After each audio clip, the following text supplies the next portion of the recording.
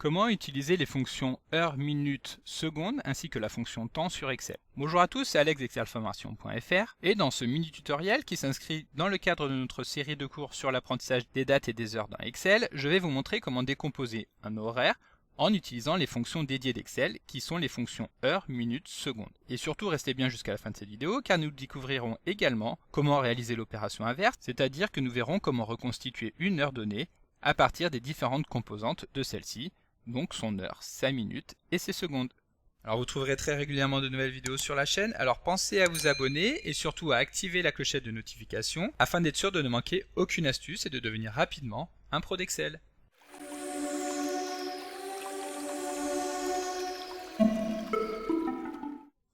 Comme d'habitude, le support de ce cours ainsi que son corrigé sont disponibles au téléchargement en suivant le lien que vous trouverez directement dans la description de la vidéo. Et comme d'habitude, je vous invite fortement à le télécharger afin de pouvoir réaliser les opérations en même temps que moi, ce qui vous permettra évidemment de bien comprendre tout ce que nous allons voir dans le cadre de cette vidéo. Alors comme nous l'avons vu dans l'introduction de cette vidéo, nous allons maintenant voir comment manipuler les fonctions qui vont nous permettre de créer des heures et également d'éclater celles-ci. Mais avant cela, nous allons revenir sur la notion des heures au sein d'Excel.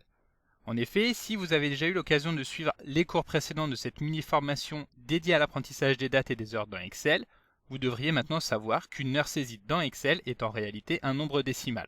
En effet, lorsque nous prenons ce nombre décimal, la partie entière va dans les faits correspondre à une date qui va exprimer le nombre de jours écoulés depuis le 1er janvier 1900. Alors, pour nous en rendre compte, c'est très simple, il suffit de saisir un nombre dans une cellule. Donc ici, nous allons par exemple saisir le nombre 43 831. 43 831 et nous allons valider. Ici, Excel évidemment va insérer ce chiffre dans la cellule et nous le présenter en tant que tel. En revanche, si nous modifions le format de cette cellule, donc en la sélectionnant à nouveau, en nous rendant dans le menu accueil et ici dans le menu déroulant en choisissant un formatage de type date, donc par exemple date courte, et que nous validons, à ce moment-là, Excel va modifier ce qu'il avait préalablement saisi dans la cellule afin de nous afficher une date qui est ici la date du 1er janvier 2020. À ce moment-là, et compte tenu de ce que nous avons vu juste avant, nous pouvons donc en déduire qu'il s'est écoulé exactement 43 831 jours entre le 1er janvier 1900 et le même jour mais de l'année 2020. À présent, si nous revenons donc sur la notion de nombre décimal que nous venons de voir à l'instant, imaginons maintenant que plutôt que de saisir un nombre entier, donc le 43 831, nous saisissons un nombre à virgule. Donc par exemple 43 831,5. Si nous validons, donc comme tout à l'heure, Excel nous insère cette fois-ci exactement le chiffre que nous avons saisi. Nous pouvons à nouveau sélectionner un formatage de type date. Et ici, le résultat sera exactement le même. Nous allons donc négliger dans ce cadre-là d'utiliser la partie décimale. En revanche, si nous choisissons un autre type de formatage, qui est un formatage qui permet de faire apparaître une heure, cette fois-ci, la date a totalement disparu pour laisser place à une heure. C'est ce que nous venons de voir à l'instant. La partie décimale de ce nombre, c'est-à-dire la partie située à droite de la virgule, va correspondre à l'heure, en sachant qu'une unité de cette partie décimale représente 24 heures, c'est-à-dire une journée entière.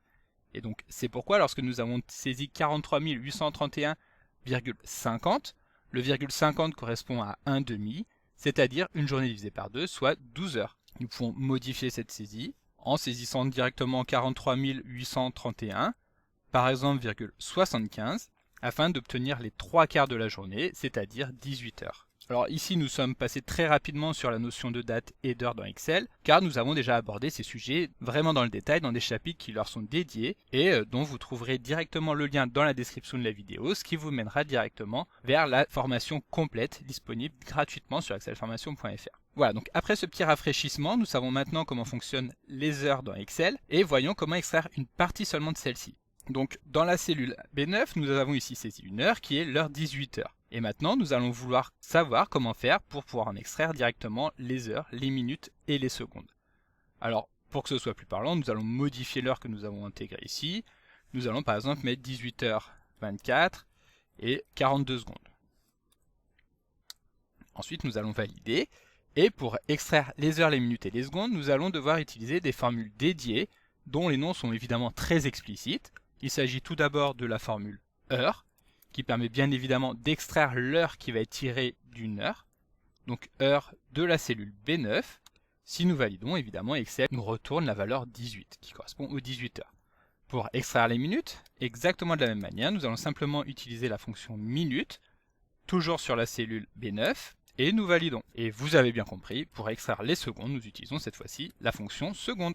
Et voilà, donc très rapidement, nous avons découvert ici 3 fonctions qui permettent d'extraire respectivement les heures, les minutes et les secondes, et qui portent le nom de ce qu'elles permettent de faire. Et alors, bien entendu, l'opération que nous venons de faire ici, donc de décomposer une heure, peut également être réalisée dans l'autre sens, c'est-à-dire que nous allons pouvoir très simplement reconstituer une heure à partir des différents éléments constitutifs de celle-ci. Pour cela, nous allons devoir utiliser une nouvelle fonction qui est la fonction temps. Et donc pour voir comment fonctionne celle-ci, nous allons par exemple ici utiliser l'assistant à la création de formules. Donc pour rappel, nous avons déjà vu dans le cadre d'une vidéo précédente tout ce qu'il y a à savoir sur cette fonctionnalité. Donc ici, nous tapons simplement temps, puis rechercher, afin qu'Excel filtre les fonctions afin de ne ressortir que les fonctions qui concernent le temps, et nous double-cliquons simplement sur temps. Comme nous pouvons le voir ici, cette fonction va permettre de convertir les heures, les minutes et les secondes données sous forme de nombre, donc en tant qu'argument, en un numéro de série Excel unique qui va correspondre donc au nombre décimal que nous avons vu au tout début de cette vidéo. Et nous pouvons également nous rendre compte que seuls 3 arguments vont être nécessaires, ça nous pouvions évidemment nous en douter. Il s'agit tout d'abord de la valeur qui va correspondre à l'heure, donc soit nous pouvons venir saisir directement ici l'heure qui correspond, soit nous pouvons venir pointer sur une cellule qui va contenir cette valeur. Cela étant fait, nous faisons de même pour la minute, donc 24, et évidemment pour les secondes. Puis nous validons en appuyant simplement sur le bouton OK. Alors ici Excel a bien pris en compte l'heure que nous avons saisie, et il nous a appliqué un formatage donc à l'américaine. Mais évidemment, nous allons pouvoir modifier celui-ci très simplement en venant choisir le formatage de type heure.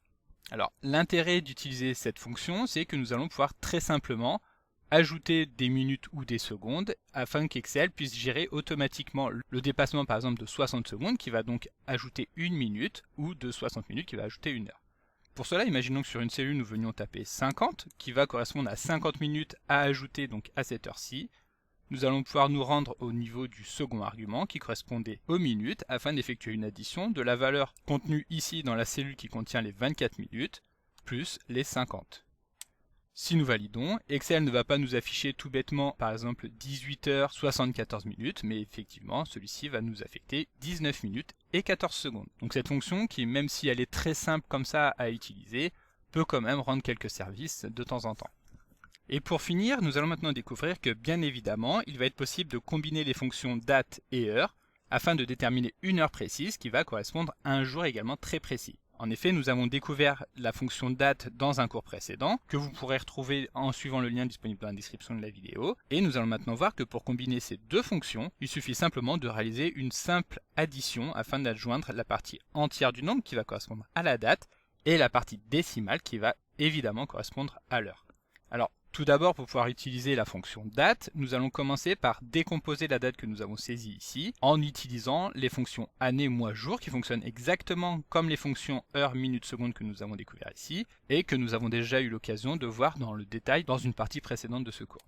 Donc, la fonction année pour commencer sur la cellule B7, c'est-à-dire que nous allons extraire l'année qui correspond à cette date, puis la fonction mois qui fonctionne exactement pareil, donc un seul argument qui correspond au mois. Et pour finir, la fonction jour, qui permet bien évidemment d'extraire la journée. Ensuite, nous avons vu que nous allons vouloir reconstituer la date. Donc pour cela, nous utilisons la fonction date, laquelle attend, comme nous pouvons nous y attendre, 3 arguments, l'année, le mois, et pour finir, le jour. Si nous validons à ce moment-là, Excel va donc nous calculer une date qui va correspondre exactement à la date que nous avions au départ, qui a été éclatée ici, afin d'être reconstituée à ce moment-là. Ensuite, nous allons simplement faire une addition, donc en utilisant l'opérateur plus, et utiliser la fonction temps que nous connaissons, car nous l'avons vu juste avant. Nous allons donc saisir les 3 arguments qui correspondent à l'heure, à la minute et à la seconde, et valider. Alors évidemment, à ce moment-là, étant donné que le formatage n'a pas été changé, ici Excel se contente de nous afficher la date. Mais si nous souhaitons afficher l'heure, nous pouvons soit changer le formatage et prendre le formatage que nous connaissons bien, c'est-à-dire le formatage heure, soit utiliser un formatage personnalisé qui va permettre d'afficher les deux. Donc soit nous effectuons un clic droit sur la cellule afin de choisir format de cellule, soit dans notre menu déroulant que nous avons déjà utilisé plusieurs fois dans cette vidéo, nous choisissons simplement autre format numérique. Ensuite, nous allons nous rendre dans la catégorie personnalisée afin de venir saisir un formatage directement de A à Z. Donc ce formatage correspond au jour sur 2 caractères, donc JJ, au mois sur 2 caractères et à l'année sur 4 caractères. Ensuite, nous allons vouloir insérer l'heure. Nous tapons simplement un espace, HH pour afficher les heures sur 2 caractères, et pareil pour les minutes. Comme nous pouvons le voir ici dans la prévisualisation, nous avons effectivement notre date qui correspond au 1er janvier 2020, ainsi que l'heure 18h24. Cela étant fait, il suffit d'appuyer sur le bouton OK afin de valider la modification du format de cellule. Donc comme d'habitude, vous pouvez télécharger le support de secours en suivant le lien que vous trouverez dans la description de la vidéo. Si la vidéo vous a plu, n'oubliez pas de la liker et de la partager à vos collègues et amis sur l'ensemble de vos réseaux sociaux. Et vous pouvez également me laisser vos impressions dans l'espace des commentaires, je lirai chacun d'entre eux et y répondrai avec plaisir. Évidemment, si ce n'est pas encore fait, abonnez-vous à la chaîne pour ne manquer aucune astuce. C'est également très important pour m'aider à gagner en visibilité afin de pouvoir développer la chaîne et continuer de vous proposer des tas de nouvelles vidéos. Merci d'avoir suivi cette vidéo et à très bientôt pour un prochain tuto.